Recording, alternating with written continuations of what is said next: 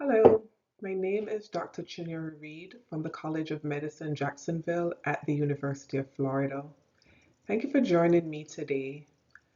I will be presenting findings from a nationally representative analysis examining determinants of colonoscopy screening among racially and ethnically diverse adults.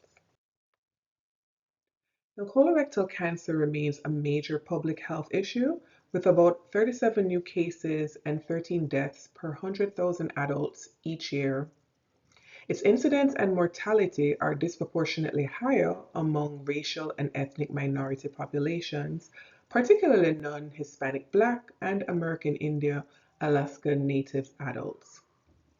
Screening allows for early detection and prevention, yet colonoscopy screening uptake varies across the US population.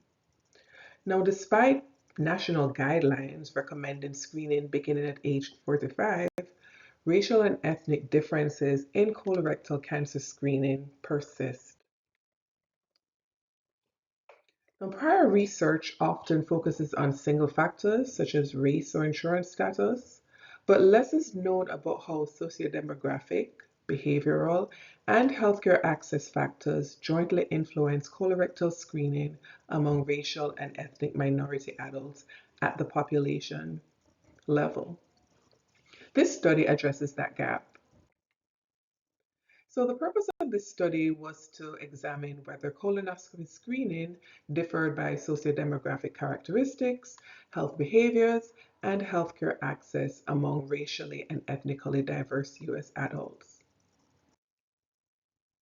So we analyzed the 2024 Behavioral Risk Factor Surveillance System, also known as BRFSS data, which is a nationally representative survey of US adults. The sample included adults aged 45 to 75 from racial and ethnic minority groups, and this represented approximately 37.7 million individuals nationally. Now, the outcome, colonoscopy screening, was defined as having a colonoscopy within the past 10 years versus more than 10 years ago or never. And we examined sociodemographic, behavioral, and healthcare factors and used survey-weighted logistic regression in SAS to estimate adjusted odds ratios. Overall, just under 60% of adults were up to date with colonoscopy screening. Now, this is a summary of the adjusted predictors of colonoscopy screening. Compared with Black adults, screening odds were significantly lower among all the other racial groups. And screening odds were also significantly lower, among those who were uninsured, lacked recent routine checkups, smoked daily, or did not exercise. Now, in contrast, older age, being female, higher education and income, and a prior cancer diagnosis were associated with higher screening odds.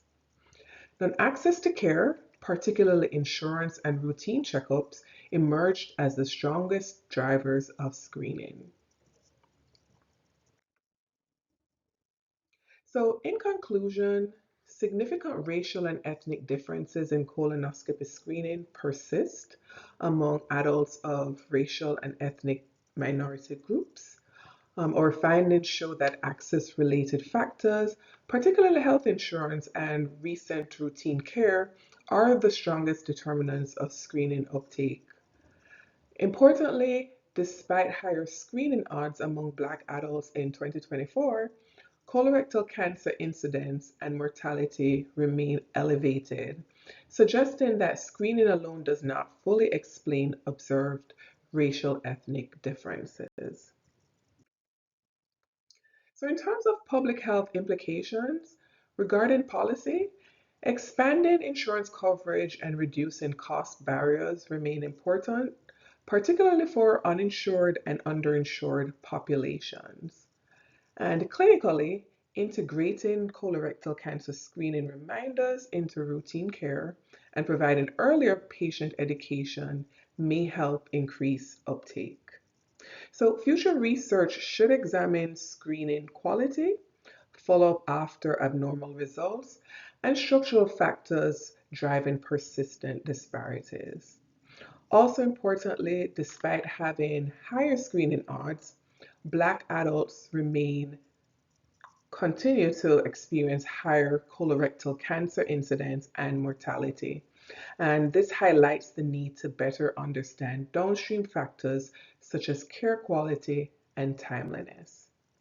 So, in summary, racial and ethnic disparities in colorectal cancer screening persist in the US, and improving access to insurance and preventive care remains essential for advancing population level cancer prevention.